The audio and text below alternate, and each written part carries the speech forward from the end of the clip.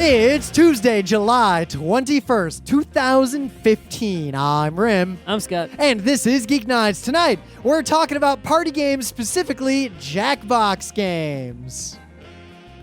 Let's do this.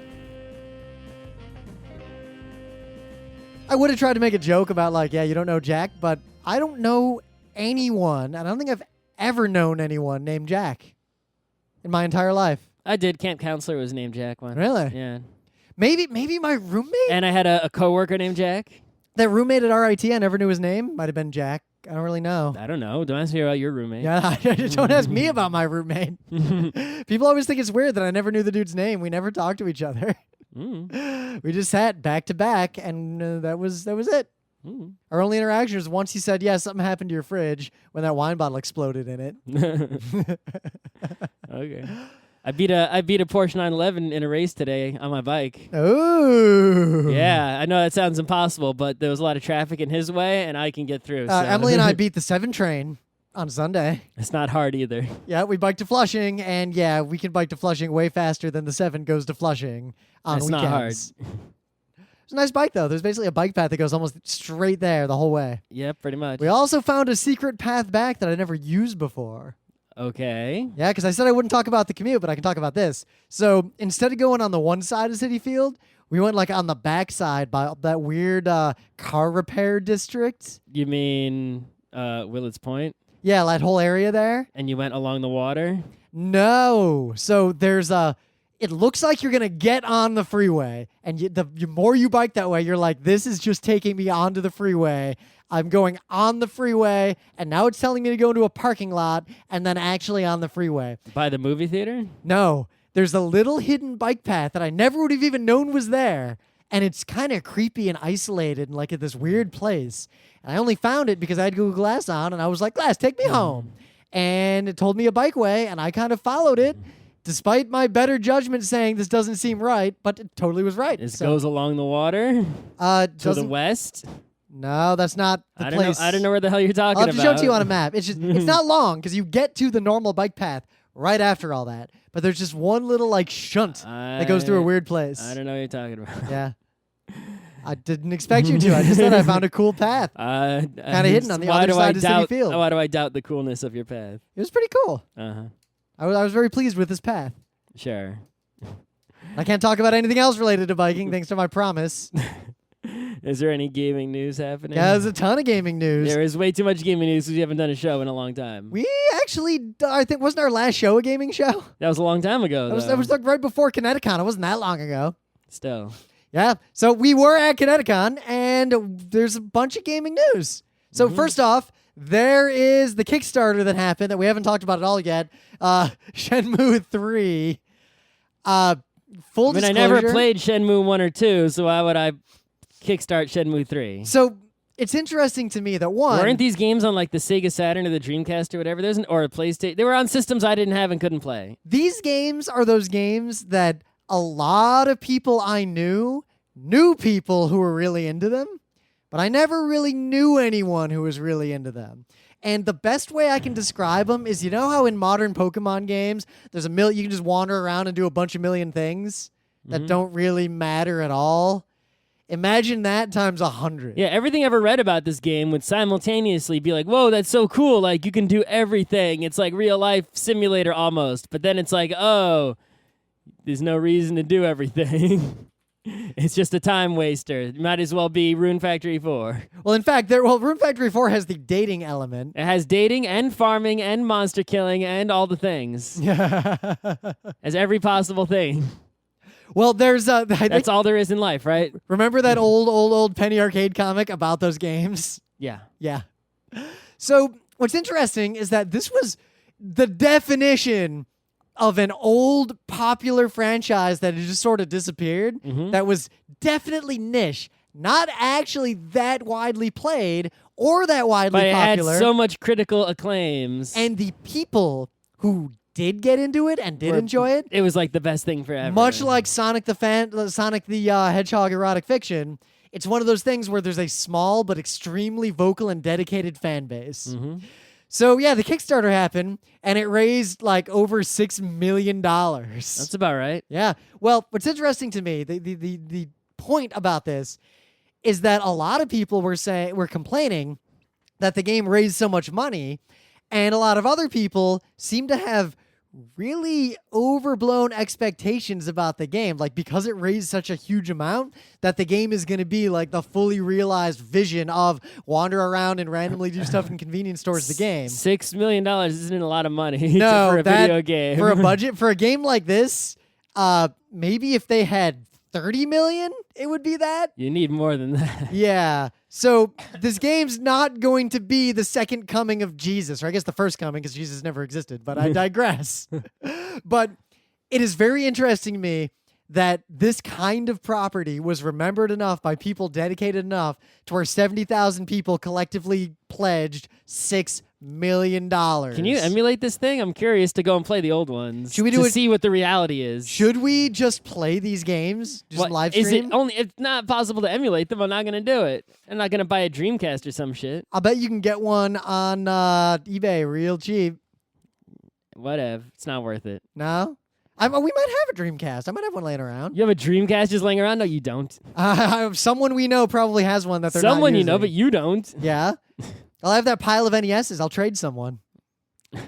Actually, one of the NESs has a low serial number, and apparently people who really care about this too much care about which of the 11 versions of the chip or the board in an NES you have. Well, one of those is my NES, and one of them is, I think, your brother's or something. Well, there was the third one that we gave away to someone. I forget when, but that was the one that we won when I won Right. the So Duck Hunt tournament. That's right. So the one, I think your original NES is the one that got given away. Yeah. And we have the Duck Hunt one that we won, and I won. Sure. And then my original NES from when I was a kid. So Yup. mine is probably the old. Mine came with the red gun though, so it can't be. Red Gun's not the old one. It can't so be old if it has the red gun. The difference between them is actually useful if you're a collector. Like, it actually is. What's the difference? The earliest boards have no lockout at all, so every Tengen bootleg bullshit cartridge will totally work fine. Mine worked with Tengen Tetris. Yeah, did it work with Micro Machines? I never tried Micro And those Bible Machines. games? Never tried Bible games, but we Because- definitely were able to play Tengen Tetris on that NES because it happened. So, as versions came out, the last versions of the NES actually locked out Top pretty loader? much everything. You mean top loader? No, of the original NES, the top top loader had loader? an even different. No, the top loader had a different board. Okay. But the top loader was the last E NES. Yes, but it was also a different iteration of the NES. It was a different SKU. It wasn't just a different board inside of the same SKU. My cousin had top loader. Yeah. I remember when the top loader came out, I couldn't understand why anyone didn't already have an NES. Yeah. Me either. And now it's like, man, I wish I had a top loader. So much more reliable. Yeah. So this gives me hope. I'm now waiting for the Radiskull and Devil Doll Kickstarter. Make it. Yeah. Just make it and hope that the guy who made Radiskull and Devil Doll sees it and decides that he's actually going to make it when he sees I don't how think much he money. owns the copyright, though. Remember all that complicated story of He why they doesn't didn't own finish his it? own thing anyway. I don't think he does. That's why the rest of it didn't get made. That So- was like a promotional thing. So that's your news? There's going to be a Psychonauts. I'm waiting for that to get remade. All those games, all those weird things gives me hope that maybe in a far future there'll be an Advance Wars Kickstarter. Rampart Kickstarter. Rampart Kickstarter. We should just make Rampart. Just fucking remake it. Kaboom 2. Yeah. Kickstarter. Electric Boogaloo. Bomaloo. You got any news? There's so much gaming news going on, like I can't even touch, but I just want to pick this gaming news since I have the most to say about it, even though there's probably more important gaming news is out there. Yep. So I guess ESWC stands for Esports World Championship or European something World Championship. I actually can't keep all the leagues straight in my head anymore. I have to go Yeah. look it up every time. I don't know, but it was a esports championship of some kind, and there was Counter-Strike played there, and this guy on Team Nihilum or whatever named Semphis, Semphis, is doing this interview about what happened there. And he just comes out and admits that his whole team was on Adderall the whole time. Which, that's actually pretty common. I mean, if there's such high stakes and you want to win and there's no rule against it and there's no drug test, why wouldn't you? Yep. That's why we have drug testing in professional sports. Right. So, this is something that, this is yet another example of something we've been talking about for years that actually came to be or is actually now in the spotlight. And it's like, yep, look how smart we are. Now, well, it's interesting because, actually one of our PAX panels, we'll talk about it in a moment, but we are doing a panel, Sports or Games, talking about games and sports and the overlap and all that There'll probably stuff. be a moment of that panel discussing this topic. Yes. And it'll be really interesting because we're seeing gaming and professional gaming go through all the same sort of learning curves as professional sports. And interestingly, very few of the leagues seem to be actively looking at like the NFL. Like, what do they do? Why don't we just do that? I mean, and you think about, okay, so the big esports leagues might do something about this eventually, or maybe they won't. Maybe it's like, well, if you want to win esports, you're going to have to take Adderall, right? Otherwise, how are you going to compete? But what does this say for like your local Street Fighter tournament at your college, right? One guy takes Adderall and wins. Well, I guess the difference is, do you know people? And as time goes on, you think Adderall is going to be like the only drug, right? There's going to be some crazy shit out there you can take. Well, the thing is, like, I run like dumpy local races, and I'll win a trophy or whatever. But if I wanted to, what if I just started using strychnine to win those races? Won't that kill you also? No, strychnine was actually... So, you know how we should all have a race walking because it's a terrible sport? There's drugs in race walking, too? Race walking might be the first sport that people used performance-enhancing drugs in. Wow. Yeah, they would dope themselves up on strychnine and all sorts of stuff just to keep it going, just to keep walking.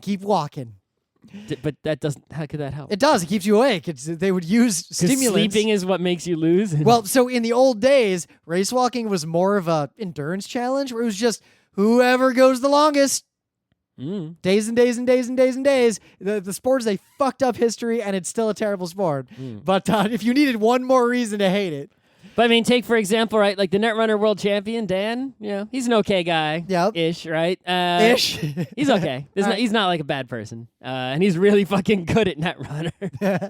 But it's like we're at the Philly Regionals, which is his local store, and he's just like vaping in, because the store doesn't stop him. It's his store. They don't care. So I can't say anything about it if the store allows it. Right? May or may not, and depending on like, the state, be illegal. I don't know. I don't know about the laws or anything. But in terms of the fairness of this tournament, I mean, it's just a small time. I mean, it's a Netrunner regional, but I mean, a Netrunner regional might as well be like, in terms of all the gaming sports tournaments in the world, that's pretty low bar, right? That's probably even smaller than your local 5K race or whatever.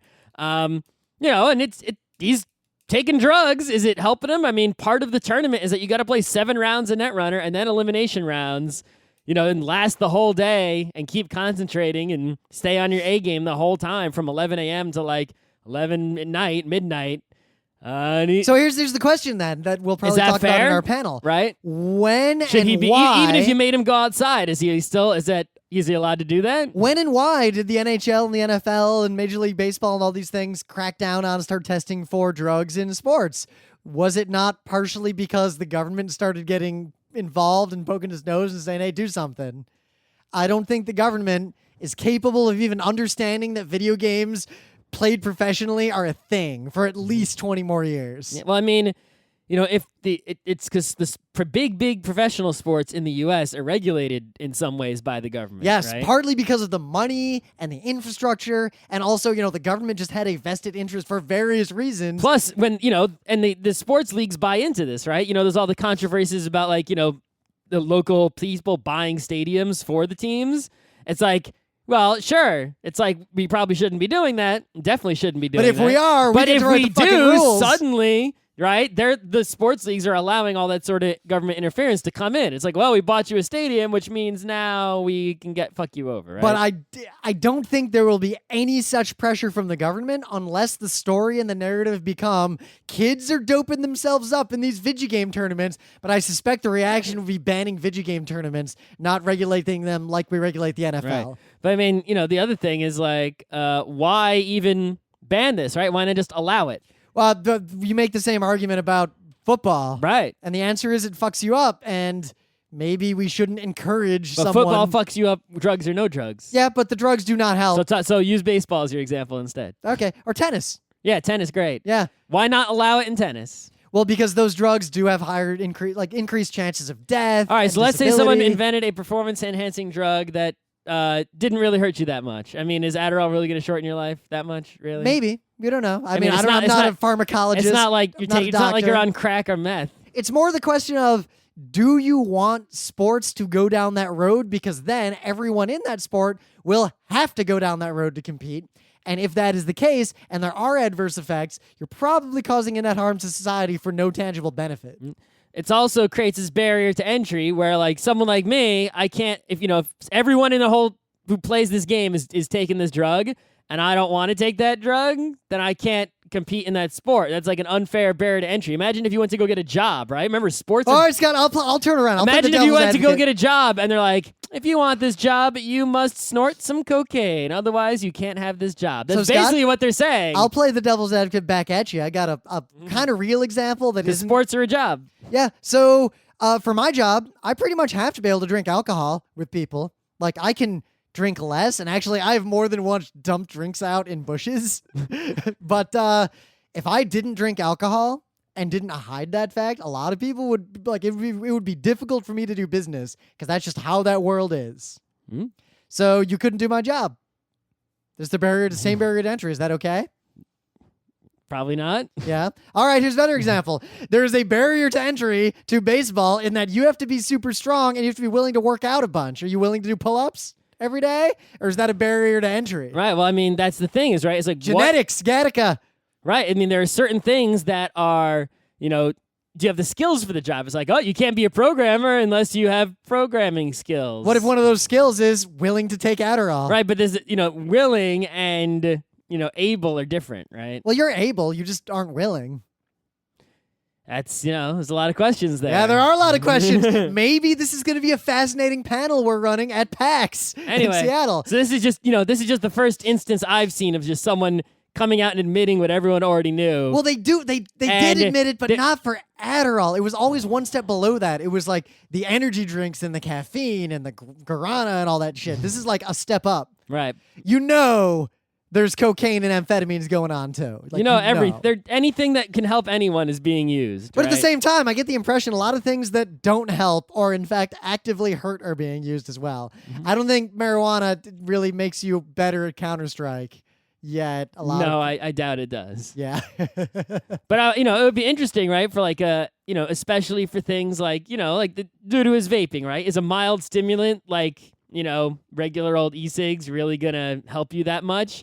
Maybe not, right? But if there's such a serious competition and say somebody is, like addicted to that and your answer to that is like anyone who's competing during the course of the tournament, we're going to lock you in. Yeah, that's the reverse barrier to entry of, sorry, you're addicted to cigarettes, so now you can't compete in esports. Right. It's like that's part of the thing, right? When you But Black Dynamite, I'm addicted to steroids and cocaine. Like when you're in the Olympics, right? Not only do they test you, but it's like they're keeping you in that Olympic village and shit. You can't go screwing around inside the village, So there's another similar story. Unless it's sex. Apparently, Olympic Village has so much sex going on. So because it's all hot people from around the world who are relatively young and fit. And also athletic. I was gonna bring that up. I was gonna make. Apparently, a joke. that's like the sex fiesta of the world.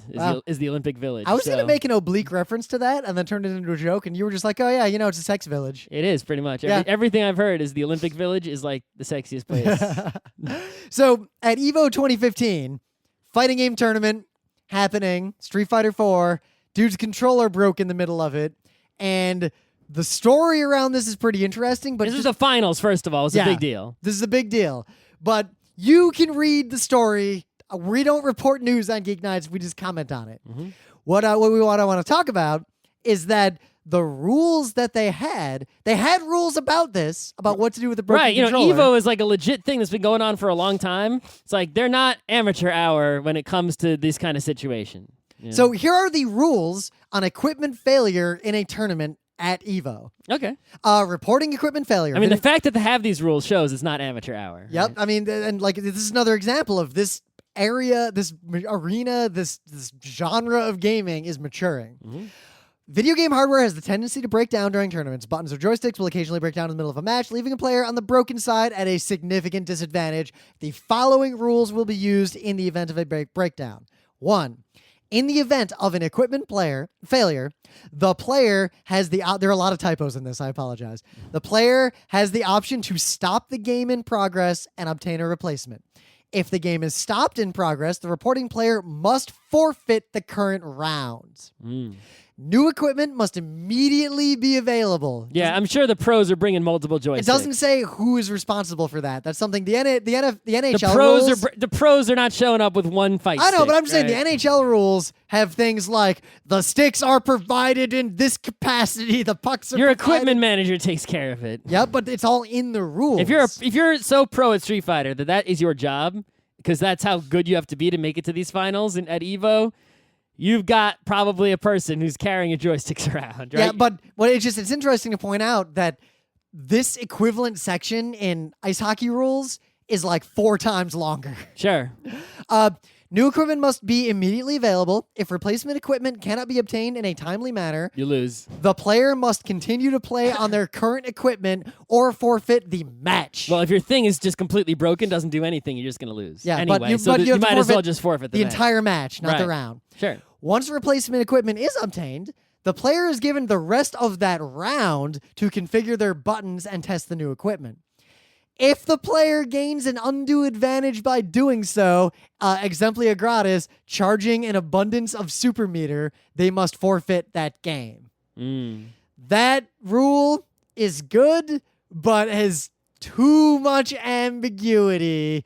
It says charging an abundance of super meters. Yeah, well, if you charge a little bit if you charge any super meter at all, why is that fair? Yep. Now, maybe charging a little bit is kind of like stepping a little bit past the base. It's like, yeah, just push it a little bit. Kind of like in hockey. Like, yeah, if you drop your stick, well, fuck you. Like, you can try to pick it up. If you break your stick, well, you got to go get a new one. You don't get another person on the ice while you're doing that.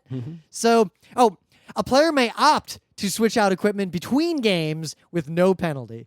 When Sure, this why occurs, not? the player will be given ample time to configure his buttons before the game begins. Not super a fan of the gendered language, even though that's technically correct, but whatever. Whatever. But yeah. So they have a rule for the situation, and the situation happened, so they followed the rule, right? Yep, they followed the rule, and the story is that apparently the players thought that the fact that he had to forfeit was kind of bullshit, so they agreed to alternate procedures among themselves.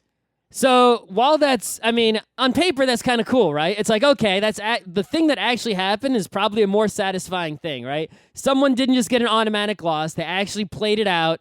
They even like went and when they restarted the thing, they let the timer run down to where the timer was when the breakage happened, and they punched each other just enough to have as much damage done to them as it was when the thing happened. So it's like they picked up where they left off, which is kind of much more satisfying for the spectators and for the fairness of who wins, right? If you just get an automatic loss because your controller broke, that's kind of disappointing and not cool. So what happened was cooler, but you can't just have 2 players deciding to use a different rule. You can't be like at the Super Bowl, at the start of the Super Bowl, both coaches come out and they're like, yeah, ref, we both decided that during this Super Bowl, touchdowns will be worth 5 points instead of the usual 6. But at the same time, because these are esports, unlike human sports with just humans bumping into each other, there is a lot more capacity for rolling things back and doing alternate procedures. So that kind of interaction could be one of the hallmarks of some esports in the future. That would be a good thing, right? I mean, the fact that you can, like at a football game, sometimes if there's it's hard to roll back more than one play to redo something if something was messed up. Imagine, I'm not saying this happened, but imagine an Advance Wars tournament. You could theoretically roll back N turns if you needed to. Right, like at the Netrunner tournament I was at, something that happens a lot is someone will accidentally leave their cards behind in the previous game, and it'll get shuffled into their previous opponent's deck, and then they'll play a new game, and then in the next round, and missing some cards, and that's why you count your cards before every round to make sure you have them all, and you don't have any extras. And if you do have extras, then you give them back, right? But it's I've seen people play games missing cards from their deck, and we don't have rules yet because the company that makes Netrunner sucks at this. But I've seen some judges say, yeah, you'll just have to replay that game since the game you played while missing cards doesn't count. And you just roll it back. But in esports, the rolling back is much more possible than in, say, baseball, where you'd have to keep fans there for another 2 hours if you rolled back to, say, the 4th inning. You can roll back. You can say, oh, that last Street Fighter match didn't count. Play it again. Yeah, and this matters a lot. Remember the Omegathon? You can say, oh, this StarCraft match fucked up at 1 minute. It's all recorded digitally. We'll just roll the replay back to the 1 minute mark. Ready, set, go. Remember the Omegathon finale at PAX East that was the Nintendo World Championships redone? Mm-hmm. And how the games failed like more than halfway through the first go, so they had to start over and do it again. The team that was winning the first time was winning because they knew how to play fucking Mario 1. Yep. The other team didn't. But because the other team basically got that practice round and then they had to start over, the other team was able to win. They would definitely not have won if they'd played the original match all the way through, but the original match was fouled by an equipment failure. So these issues, while there are many more ways to roll back and but do in things a differently, professional competition, learning something from the practice match isn't going to make a big difference. yeah, well, Unless, so what but then is it could, right? If you're playing Street Fighter in the practice match and someone revealed their hidden card that they had been saving for the finals, and then that match gets undone and they have to redo it again, but now you know their hidden card, they better have another hidden card, otherwise... Yeah. Or even what about just situations like, what is the test of skill? You know, we always talk about in an ortho game, what is the thing that you're ostensibly testing? The Omegathon is ostensibly testing a combination of your skill at games and your knowledge of games. So now that the people who had more knowledge of Mario 1 lost that advantage because that knowledge was given to the other team in the restart.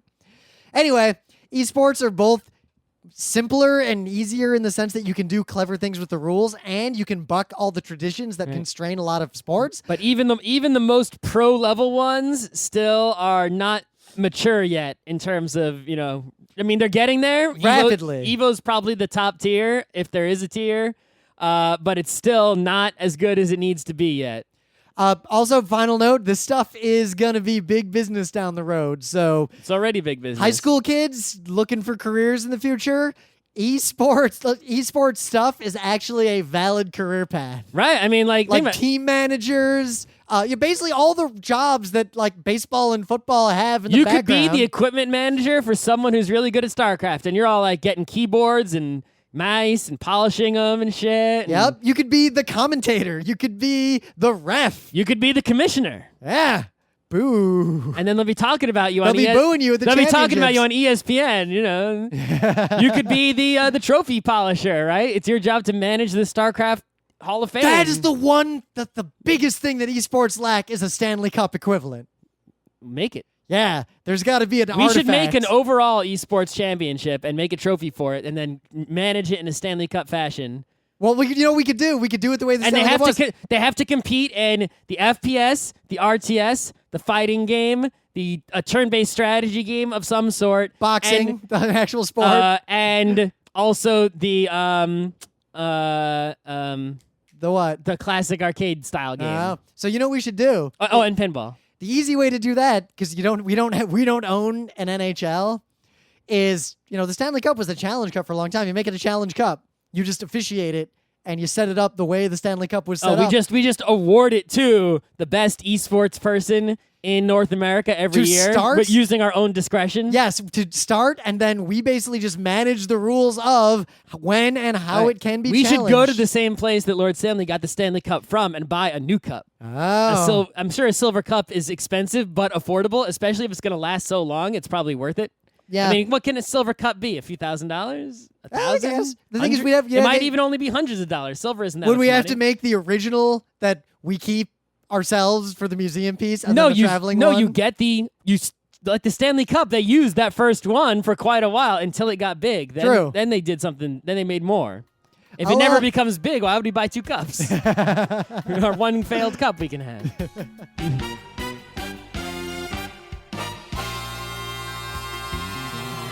So anyway, things of the day. Oh shit! What was my thing? Crash Bandicoot games were not that good. Like they're not I mean, special. they're 3D platformies. I never cared. I mean, I've never really. There are very few of those games that I like. I mean, it's pretty much you played Mario 64 and you really like it. You can play Mario sunshines or galaxies and whatever. And then what do you need more of those for? But Crash Bandicoot exists, and very recently, as in days ago, there are cutscenes that were for the first game, animated ones, that were never actually used, that had surfaced occasionally, and people seemed to think they were from an aborted cartoon. But no, these were just lost cutscenes that weren't included in the game, and someone found them, got permission from the producer of the game, and put them on YouTube days ago. I don't know really much about Crash Bandicoot at all, but like the very beginning of this looks very familiar. Like I feel like I've seen that background before. Yeah, because that stuff is in the game. But I never played the game. Yeah, well, you might have bumped into him. I feel like I've seen that guy. Some of those characters are vaguely familiar, but the background is really familiar. I feel like this is reusing animation cells or backgrounds from something else that I've seen before. Because I definitely haven't seen this before. That's not possible, right? So yeah, if you're really into furry adjacent properties like Sonic, here's the B tier of that never before seen footage. Okay. So, we love to talk on Geeknights about, shit like making guns with your 3D printer. Yeah, we do. Here's a dude. I don't know who this is or what they did. Well, the feds do because there's been a lot of they talked to him. There was they got a gun, a real gun, like a handgun, the kind that can kill somebody. They attached it with a stick to a drone with propellers on it, and he arranged it such that it would fly, fire the gun, and then the recoil would sort of push into the drone, but the drone wouldn't crash or anything. The drone is surprisingly capable of handling that recoil. And it can shoot, so you can just fly this drone and then shoot someone with it. It's possible. Welcome to the year 2015. Yep, I posit that within a year or two, someone's going to be murdered in the U.S. by another civilian with a drone. I don't say a year or two, I say 5 years, because someone who is smart enough and capable of setting up the gun on drone is someone who is smart enough to have a job and have a good life and be whatnot. That is true, because if engineers were evil, the world would collapse immediately. Such that they won't be murdering anybody. But what if someone like Defense Distributed, got a little cough going on there, it's been lingering for like days, decides to make the 3D printed gun that automatically works, that connects to your 3D printed drone. It won't happen until this is so accessible. Until the script kiddie. Once Florida Man can do this, then there will be a big problem. But until then, it's just going to be this awesome thing that we can talk about academically. Because I'm going to say, if I were like evil or there was someone I really needed to kill, a drone like that would just fly up to their window and shoot them through their window, and that would be the end of it. If there was someone I really needed to kill, I would pay someone to run them over with their car in New York City, because you basically don't get punished for that at all. It's an accident. Oh, yeah. But why would I want to kill someone in New York? Maybe they're visiting. It's possible. It is possible. I'll give you that. Evil dictator visiting the UN. Nah. Something like that. In the Meta Moment, the book club book is still not Watership Down. Scott did update the website. It is The Wheel of Time, The Eye of the World, the first book. I'm about little over halfway through it. I'm a little over 25% through. I read some yesterday. They're not on the second boat, are they? They're not in the second boat. They are in the city that they got to. They're like, oh my God, it's a city! Oh, you mean like Barrelon, whatever, the shitty little town? Barrelon, whatever. Yeah. Barrelland. No, so they're not in the city or the city. No, they're in the boat. the first city they've ever seen, Bearland. Okay. Rawr. You've this is gonna be another situation where I finish the book and then like a year later we do the show. This book is big, yo. Yeah. And it's not that I read slow. I actually read way fast. I just don't. I go home and I watch something else instead of reading. I've been reading. But what I've been doing, my new thing is that since my iPad died, actually, I used to, when I go to bed, I would, iPad until I went to sleep. But now, since my iPad is gone, and I'm not getting a new one until it comes out, hopefully iPad Pro comes out, and that's not just a rumor. I've been reading only books and comics before going to bed instead of iPadding. Oh, books, eh? Yeah, books. Like that book? Yeah, that book. Okay. As long as you're reading that book. I read it yesterday. Because I'm not that excited about finishing this book, so I don't want to be in a situation where I have to wait.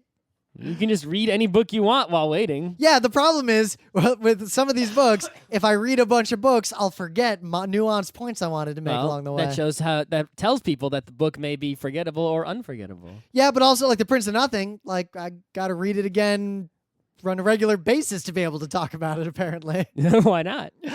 So, other than that, we're going to be at PAX Prime 2015 Woo-hoo! on Sunday. They accept every year. We keep thinking they're not going to accept our panel, but they always do. Yep. Thank you, PAX. You're the best. You're a favorite con. The #1 convention on Earth for nerds, PAX Prime. So, on Sunday, August 30th, nothing else can touch. at 1 p.m. in the Sphinx Theater, we are actually moderating a proper panel, The Far Future of Gaming. This is Rim's idea. Yep. He stole it from someone else. He stole it from a forgotten master. Actually, no, I stole it from myself because I ran the same thing at MagFest 2 years ago. But you stole that from those Y+30 people. Yeah, but it's not saying that you stole that is like saying, yeah, Lord of the Rings, they just stole that from the idea of a fanciful story. Anyway. It's going to be me and Scott. Luke Crane, the community manager for games at Kickstarter. All these people confirmed? Yeah. They positively said yes, they're going to be there. Yeah, and they are. Yes, they're going to be on the panel. Scott, I've been talking to them for months about this. You're never involved in these conversations. All right. I have a conversation about a panel like this every year. Mm-hmm. It just PAX didn't accept them for a while. Okay. Partly because part of the people I wanted on them would bail or fail or whatever.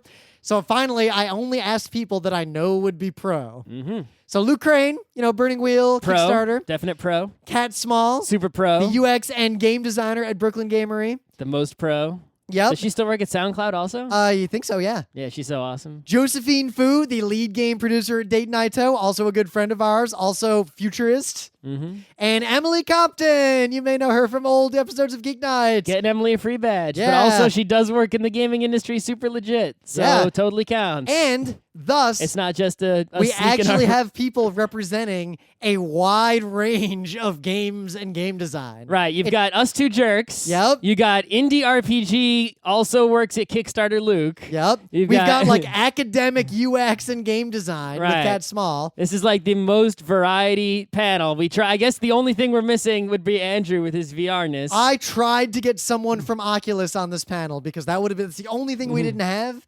The closest we've got. I guess you also don't have AAA game developer, but we don't need them. I would like to have one of them. I can think of two people, either one of which would be great. But due to corporate reasons, they probably couldn't be on it. Yeah, that's probably the same reason Andrew isn't on it either, right? Yeah. No, Andrew's also just afraid of saying something stupid, I think. Well, after his juice incident. The mother's milk. And then on Monday, August 31st at 4 p.m. in the Sphinx Theater again. The Rim and Scott panel. Yes, sports are games. That's right. Don't be disrespecting the sports just because you're at PAX. Yes, many self-described gamers will eschew games like football Or- and ice hockey. Yeah, or boozeball. Yeah. But you should not eschew them. Sports are games, and we're going to give you the smackdown if you try to diss sports, like the most perfect game on earth, which is tennis. And if you actually live on the West Coast, as opposed to, most of the people who just fly to PAX, after PAX, September 2nd in Portland, I'm giving a lecture on story games, game design, and UX at Kaifu. So if you want to go see me lecture... Kaifu, what the hell is that? Kaifu. It sounds like a martial art. Computer Human Interaction Forum of Oregon. So an Oregon-specific convention? Yeah, it's like an I guess academic... there is a lot of software development going on in Oregon. Yeah, it's an academic... So Mike Seliker, the guy who runs PAX Dev, he's lecturing like the week before me, I think? Oh, this thing happens more than once? This is a lecture series. So every week, someone from the game industry who has something really interesting to say is in this lecture series. Oh, so it's not a convention; it's a once-a-week deal. But yes, until it ends, it's like a limited engagement. So is it like at a school or something? yeah. So look, Emily Treat went before me. I Mike don't know who that Siliker. These are all game designers, game people. Is there anyone I know? You probably know some of these people, but don't recognize their names. Some of the little weird silhouette things look familiar. Is there a Yeah. little silhouette for you? There is a little silhouette for me. Where is it? It's right there. Oh, that's not. Someone that's said not that so good. Someone said that it makes me look like Pendulette a little bit, like a young Pendulette. Penn Jillette lost mad weight. Yo. Oh, yeah, he did. Also, he's leaving Vegas to tour somewhere else. Well, he's just Here. He's coming to Broadway. They've done that before. This is not the first time they've been on Broadway. I wonder if they'll go back to Vegas because the venue they were at. I don't think they're leaving Vegas. They're just temporarily doing a Broadway show. And then that show in Vegas, I don't think ever ends. The thing is, I don't know. I'm sure they have a contract. If I were them, like that resort, is like the place they perform. They live in Vegas. I know, but the place they perform, kind of crappy and old school compared to modern Vegas. Isn't every place in Vegas like that? No, all the places on the new like main strip are super modern, kind of scary how well designed they are. Okay. And the place that Penn and Teller are at just feels really dumpy and like early 90s styling. All right, whatever. Well, yeah. So I will be doing that lecture on September 2nd, and you should totally come see it. We will likely have video of it, and for once, I'll have other people professionally doing all the video. Woo! You'll get the Can we go? When did this thing start? Did it start already? Yeah, it's been going for a while. Put the link so I can watch the already happened talks? I will link to this, and we'll go from there. All right. So we had a 4th of July party, and we, as always, were playing a bunch of games with a bunch of friends at it. When you have a lot of friends over, there aren't a lot of games that a lot of people can play except party games. Yep. The old, apples to apples, Cards Against Humanity comes out. Yep. And you know what? Those games have their place. The Spot It. But our Pictionary. go-to for this party that worked out real well was Mount Your Friends, a gift from the Hitman Heart that has gotten a lot of play in FRC circles. I don't feel like I'm good at that game, but every time I play it, I do really fucking well. You do really fucking well, but in the end, it doesn't matter. I'm pretty good. I won. I won that one. That one. Yeah, that was the biggest one we'd ever played. I won previous ones. You have won previous ones. I will give you that. You were good at this game. And it's not the duck hunt situation. It's like assembly programming. It's like in my mind, I don't know what the fuck I'm doing, but when I go to do it, somehow it's like, oh, done. It's interesting seeing which of our friends are good at it and which of our friends are not, because it's not the people you'd expect being good or not good at it. No, it's like someone who'd be like the master of fighting games. It's like, whoa, they're so good at video games. And you play Mount Your Friends, and it's like derp. But then, so Conrad and Joe were like, whoa, you should install Jackbox games. I was like, what? Like, you don't know Jack? Like, those old games? The shit from the 90s? Yeah. He was like, yeah, there's a thing on Steam. Just install it. Yeah. So, Rim, you never played any of these ever before? I've always known about You Don't Know Jack, and I just never gave a shit because I had my fill of party, trivia, quizzy kinds of games, like when I was a little kid. And in high school, when these were popular, I was in Quiz Bowl. I was doing that like in a real competition. The thing with You Don't Know Jack is I played it in the 90s, and we would sit around someone's computer, right, with like a 14-inch monitor, and everyone have like a button on the keyboard that's their button for ringing in or whatever, right, and stuff like that. And even though it was sort of like, it was like a really trivia party game, but the things that made it kind of more awesome were that it wasn't just straight up trivia like Trivial Pursuit. It was clever trivia and really interesting trivia. So even though if you weren't winning or whatever, you were either learning or being fascinated. And there wasn't really a lot of internet in those days, if there was any at all. It was AOL days. Yeah. So, it's like you could, a cat picture would be like, oh my God, right? Not that it had cat pictures in it.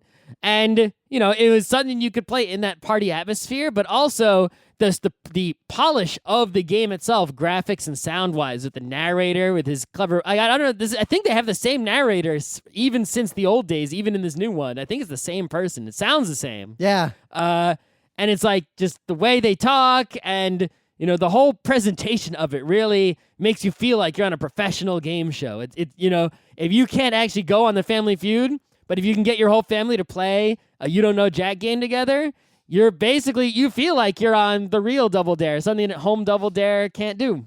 So way back, to kind of frame all of this, why we're talking about this, is what we had said was that the GameCube was like the height of Nintendo's interesting innovation, in that they had that Game Boy Link cable. Mm-hmm. And that they underused. Yes. They underuse everything that they've invented, except the only things they haven't underused are... The concept of a portable console. The touch screen, the analog stick, yep, and the two screens of the DS. That's the only things they haven't underused. Everything else they've invented, they've underused.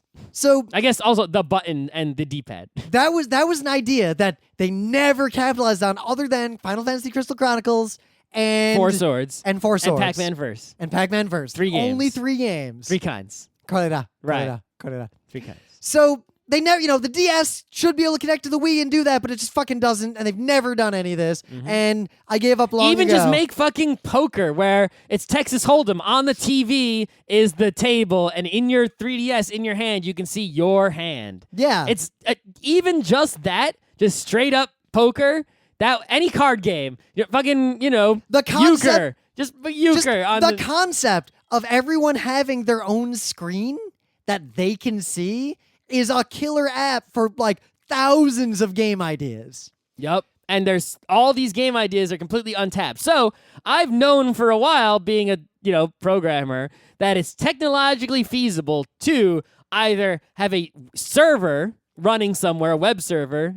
You could use a not web server also, or something running on an HTPC. Doesn't really matter. And then everyone on their phone or laptop or tablet connecting such that you could do the same kind of game where on your TV communal screen is one thing and on everyone's individual device is their personal hidden information. And you can make games like this, but I've never seen anyone do it or do it well until now. Yep. So we've seen people do like SMS or whatever. This thing just fucking worked to a point that I was pretty intoxicated because it was a big party. So I like installed this game. I'm like, all right, we're going to play it. And I just sort of hit go. And not only did it just work, but it just worked requiring 8 people to individually go to their phone and do a bunch of shit. Right. So technologically, I'm pretty sure this is how it works. Is you run the application. It's actually a local Windows app. Yeah, it's a game. Right. And Steam. But you can actually just run the app on someone's phone too, get it from the App Store or something. So you run this app. The app connects to the server that's in the cloud somewhere, right? So you have really, and it's connecting with like this one API, so it gets the information that needs to be public.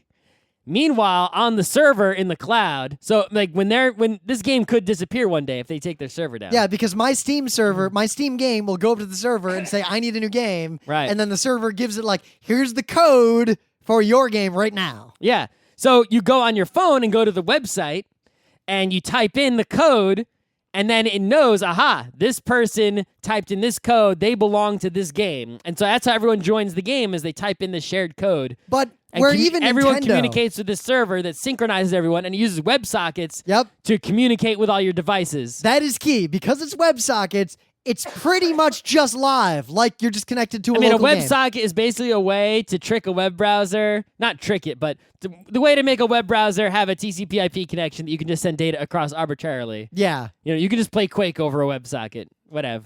Yep. So what got me was that it just worked. It was super responsive, like way like real time. Like I put in an answer and the screen's immediately like, it makes the noise or whatever. Like it was fast. Yeah, like it worked. It helped that everyone was on the same Wi-Fi with Fios, but I'm sure I wasn't. Most people were not connected to the Wi-Fi. Oh, you were using your phone? I was using my phone. Oh, wow. Also, we had just changed the Wi-Fi password because the router had just caught fire. So a lot of people were not connected to the Wi-Fi. Didn't matter. Totally worked fine. I was on the Wi-Fi. Yeah.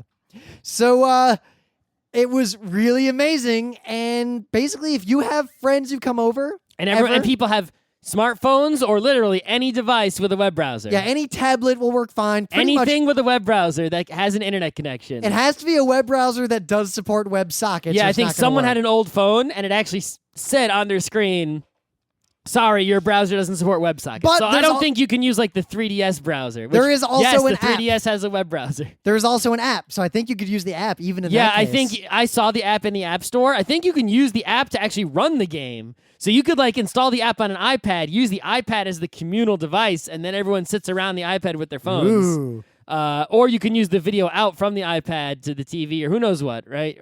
Or send the screen of the iPad to the TV with an Apple TV. So the games it doesn't have a lot in it, but it has... We only play... So we browsed through the games, but we only played 2 of them that were recommended and that supported 8 players. Some of the other ones don't support as many players. So it's got regular old You Don't Know Jack, this same thing that's existed since I was a little kid. Up to 4 players. The the 3 that are are up to 8 players, which is like the sweet spot for this game, because 8 people is a good number of people to play a game at a party like this. Oh yeah. Fibbage, which is the lying game. So we played that one. Yep. Drawful, which is just dirty one. Pictionary, basically. We played that too. And then Word Spud, which is basically just the match game. And then the last one, which takes up to 100 players, looks like a light version of the Fibbage one, Lie Swatter. Okay. It's just because, realistically, yeah, these games could have large numbers of players. Practically, you've got to minimize the interaction and minimize how much the game blocks on someone not taking their turn quickly. That's why only one of the games supports 100 players. So, Fibbage. The way Fibbage works is it shows a sentence on the screen, like with a question or a sentence with a blank in it or whatever. And everyone lies and makes up an answer. You make up an answer that you want people to believe is the right answer, but you don't want it to be the right answer. It has to be a false answer. Then, after everyone has submitted their false answers, by the way, if you type in the right answer, it will tell you that you're right and make you type something else. Then it will show all of the answers that people submitted as well as the real answer. Pro tip, if you can't spell, you're never going to win this game, dude. You have to, so from the get-go, regardless of being clever and coming up with something good to type in, you want to, A, type something in a way that looks like the way the game would phrase the answer, right? And spell it properly and punctuate it the way the game does so it fits in with the other answers. Like if you use camel case or, do something weird or use a word that probably the game wouldn't use, it sort of stands out and people are like, that's obviously not the right answer. So then you choose which answer, once they're all displayed, you choose which one you think is the correct answer. You might know the correct answer because you typed it in the first place. But yeah, just choose that one. Anyone who chooses the right answer gets a bunch of points. And anyone who has their false answer chosen by someone else gets a bunch of points. Yep. Straight up party game. And then you just get score, and then you just keep doing this, and the points increase, and the questions get crazier, and then someone wins. Yep. And then the drawful one is basically just Pictionary, like versus sort Pictionary. Of So it tells you it'll tell one person to draw something. So you draw it, and then people try to guess what it is, right? But everyone's kind of drawn a picture, and it comes down to people can't draw. Like, no one can draw. None of our friends can draw. Especially not on your iPhone. Yeah, like even the artists. And it doesn't let you erase either. Yeah. So even the artists who normally, like in a real world Pictionary situation would be great, they were severely constrained by the way this game And you get one works. color. Everyone has their own color to draw in. Yep. And the things it gives you to draw, I had the worst possible. The concept of hope. The first thing it told me to draw was family values. And it's just like, are you fucking kidding me? How am I supposed to draw family values? If you said family matters, I could have drawn an Urkel. But you said family values. What the hell am I supposed to do? So the moral of all this, I mean, we don't need to review party games in depth, is that this thing is really legit. Yeah, the technology aspect of it is really what makes it happen. I mean, it's a party game. It's a good party game. You could have this party game going on just, even without any technology. But having the technology just made it so much easier for people to jump in. If we busted this out like as a board game, it would be like an Eat Poop You Cat. Only some people go to it and some people don't. The fact that it's on the TV, it grabs the center of attention. People are sitting around on their phones. Suddenly, you're sitting around on your phones together. That really brings everyone in, no problem. And the thing is, it's the barest minimum effort. Once the technology's there. The technology is there. Yeah. I just learned how to do a really good pattern for writing a WebSocket application the other day. Oh. There's a really great video. It's awesome. So I can make these. But here's the thing. I just need someone to do the front end part to make it look nice. The game design part of this, like, these games are so great. The barest effort was put into the game design side. That's not even the hard part. It amazes me that no one's really done this until now. So what I say to you out there, give up on Nintendo. They have had the technology to do this on Nintendo consoles since the GameCube era. They have squandered that. They will never make use of multiple screens that multiple people are holding.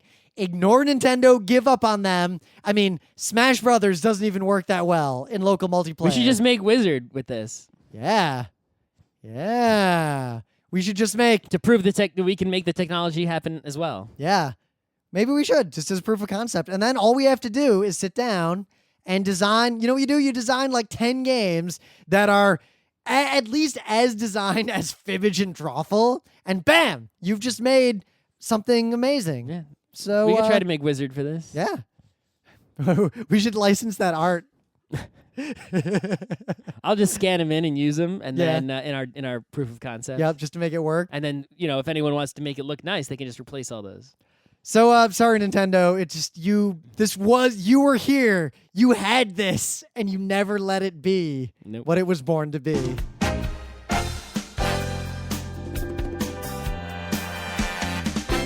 This has been Geeknights with Rim and Scott. Special thanks to DJ Pretzel for the opening music, Kat Lee for web design, and Brando K for the logos. Be sure to visit our website at frontrowcrew.com for show notes, discussion, news, and more. Remember, Geeknights is not one, but 4 different shows. Sci-Tech Mondays, Gaming Tuesdays, Anime Comic Wednesdays, and Indiscriminate Thursdays. Geeknights is distributed under a Creative Commons Attribution 3.0 license. Geeknights is recorded live with no studio and no audience. But unlike those other late shows, it's actually recorded at night.